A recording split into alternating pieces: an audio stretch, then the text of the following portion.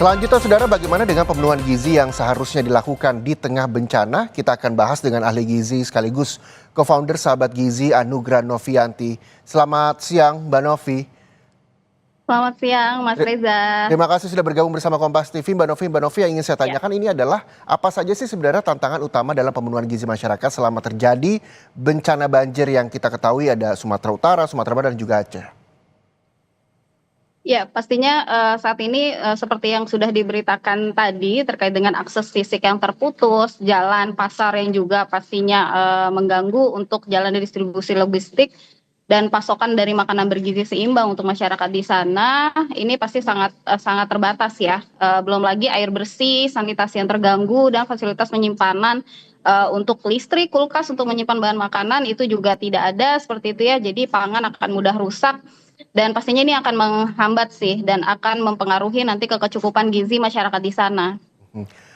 Kecukupan gizi masyarakat di sana, lalu apa kebutuhan gizi minimal harian yang harus dipenuhi saat kondisi darurat banjir seperti saat ini, Mbak Novi? Ya, pastinya kebutuhan energi tadi betul, terus ada protein juga, lemak yang harus kita cukupi, dan mengingat juga di pasar belum bisa kita kita akses seperti itu, jadi kita hanya menunggu saja mungkin pasokan dari bahan daerah lain seperti itu. Lalu bagaimana sih Mbak Novi menyadarkan masyarakat bahwa pemenuhan gizi untuk para korban ini sangat penting? Kadang ketika memang sudah terjadi bencana ini yang penting kita makan, perut kita yang penting diisi.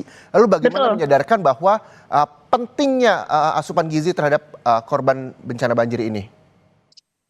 Iya, pastinya sih di sini memang kalau untuk masa darurat tadi kita hanya melihat dari makanan apa yang mudah ditemukan dan juga mungkin tahan lama gitu ya, dan mudah diolah juga di sana seperti apa, itu berkisar sekitar 5 hari untuk fase awal tanggap darurat seperti itu. Setelahnya diharapkan sudah mulai bekerja sama nanti dengan Kemenkes, Kemensos atau misalnya BNPB untuk bisa menyajikan atau membuat semacam dapur umum seperti itu untuk pemenuhan dari gizi masyarakat di sana.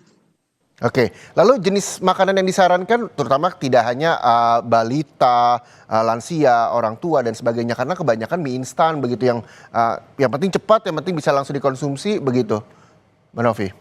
Ya, mungkin di fase awal itu memang kita prioritaskan adalah makanan-makanan yang tadi kering, dia tahan lama, mudah diolah seperti itu, makanannya mudah didistribusikan, memang berkaitan dengan makanan yang instan, atau biasanya juga sudah ada semacam ransum-ransum untuk bencana alam seperti ini ya, yang disiapkan untuk dari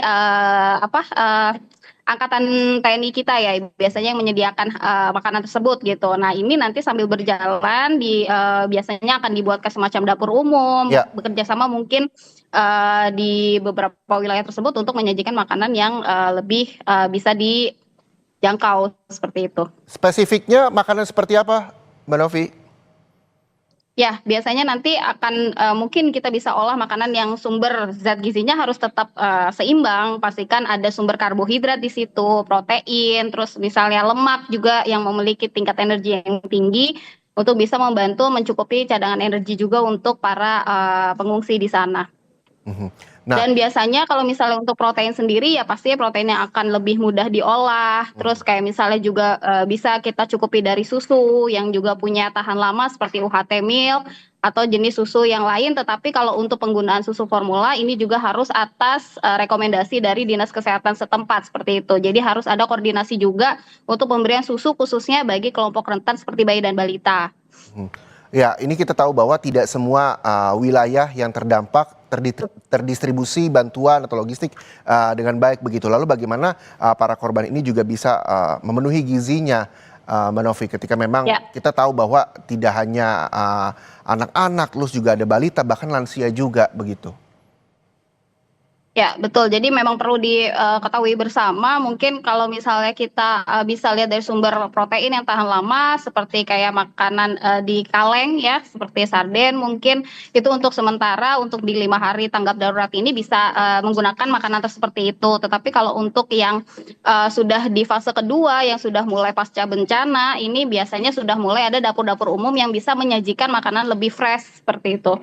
Oke, dapur-dapur umum juga sudah mulai berdiri dan memberikan makanan yang fresh. Kita harapkan seperti itu, Mbak Novi. Lalu bagaimana cara memastikan makanan di dapur umum atau bantuan logistik tetap aman untuk dikonsumsi?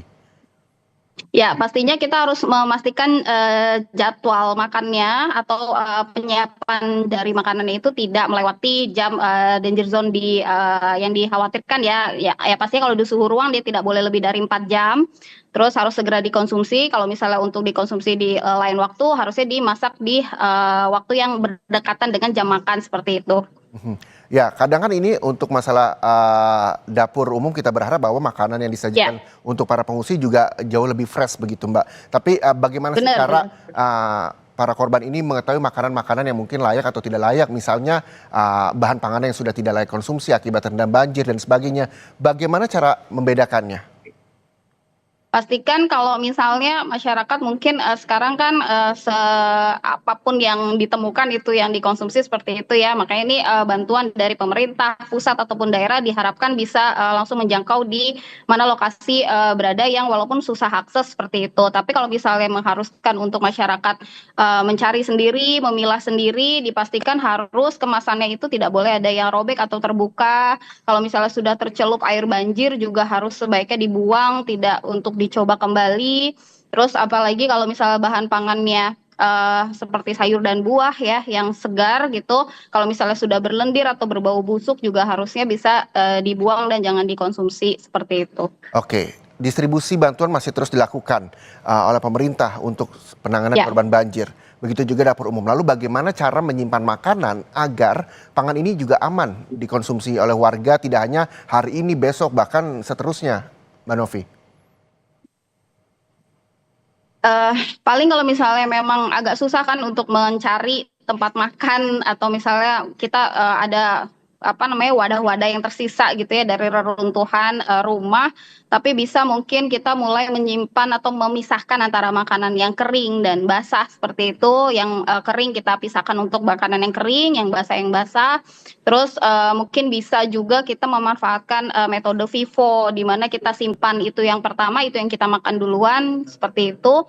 Dan juga pastikan, wadahnya itu ada tutup yang, bisa ditutup rapat ya. Jadi, misalnya kita mau menyimpan beras seperti itu di tempat yang kering, itu pastikan dia ada, tutup yang, rapat untuk memastikan, penyimpanan bahan bakunya itu, bisa terawasi dengan baik, seperti itu. Oke, kita juga berharap bahwa semuanya terawasi dengan baik seperti Mbak Novi sampaikan tadi. Tapi Ya. Mbak Novi, ketika memang kita melihat bahwa para korban longsor ini kan juga tidak sedikit yang memiliki riwayat penyakit misalnya. Lalu bagaimana dengan orang-orang yang memiliki riwayat penyakit untuk pemenuhan gizi mereka? Ya, pastinya nanti akan ada, kolaborasi harusnya di sini dengan dinas kesehatan, setempat untuk, selalu mengontrol dan bisa juga, apa namanya, visit seperti itu ke pengungsi yang mempunyai penyakit-penyakit khususnya lansia atau misalnya, orang dengan, penyakit, kronis atau komplikasi seperti itu yang harus memastikan pola makannya tercukupi dengan baik.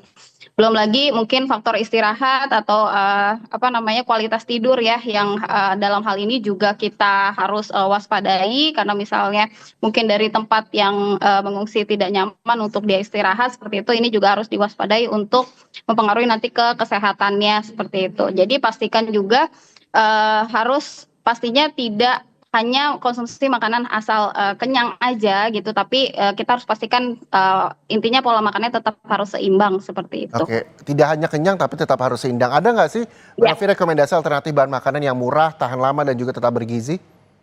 Nah, sebenarnya kayak misal protein kalau misalnya agak sulit mungkin diakses seperti ya untuk ikan, daging, ayam gitu ya, sulit untuk diakses mungkin seperti kacang-kacangan itu juga sumber protein, jamur gitu ya misalnya ada, itu juga bisa sebagai sumber protein utama, terus misalnya ada mungkin yang, versi kering misalnya selai kacang itu juga bisa sebagai sumber lemak dan sumber protein, juga mungkin, kemasan-kemasan, sarden seperti itu yang, memang dia di kemasan kaleng ya untuk 5 hari pertama, tapi bukan Oke. dikonsumsi secara terus-menerus seperti itu. Karena harapannya nanti sudah ada dapur yang terbentuk, dan itu bisa dipastikan untuk makanannya lebih fresh seperti itu. Oke.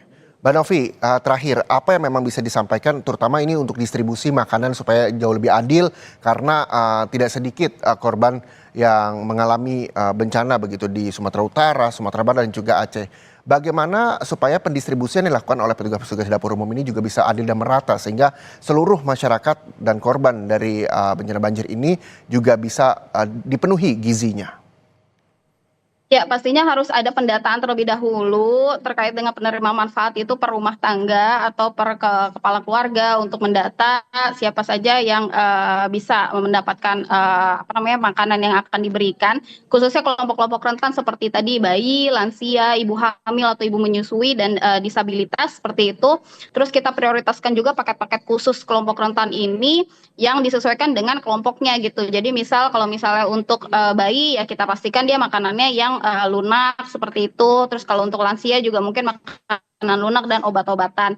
Terus mungkin juga kita bisa, menggunakan prinsip, apa, semacam, kartu gitu ya, ini mungkin sedikit ide saja untuk dibagikan dan jadi, agar tidak terjadi rebutan gitu ya untuk, apa namanya, penyaluran distribusi dari, makanan yang akan diberikan, seperti itu. Jadi jauh lebih Terus untuk tertib ya? dapur umum dan pembagian porsinya juga harus diawasi pastinya, jadi tidak, akan tumpang tindih dari satu, keluarga dengan keluarga yang lain mendapatkan, yang sama, seperti itu.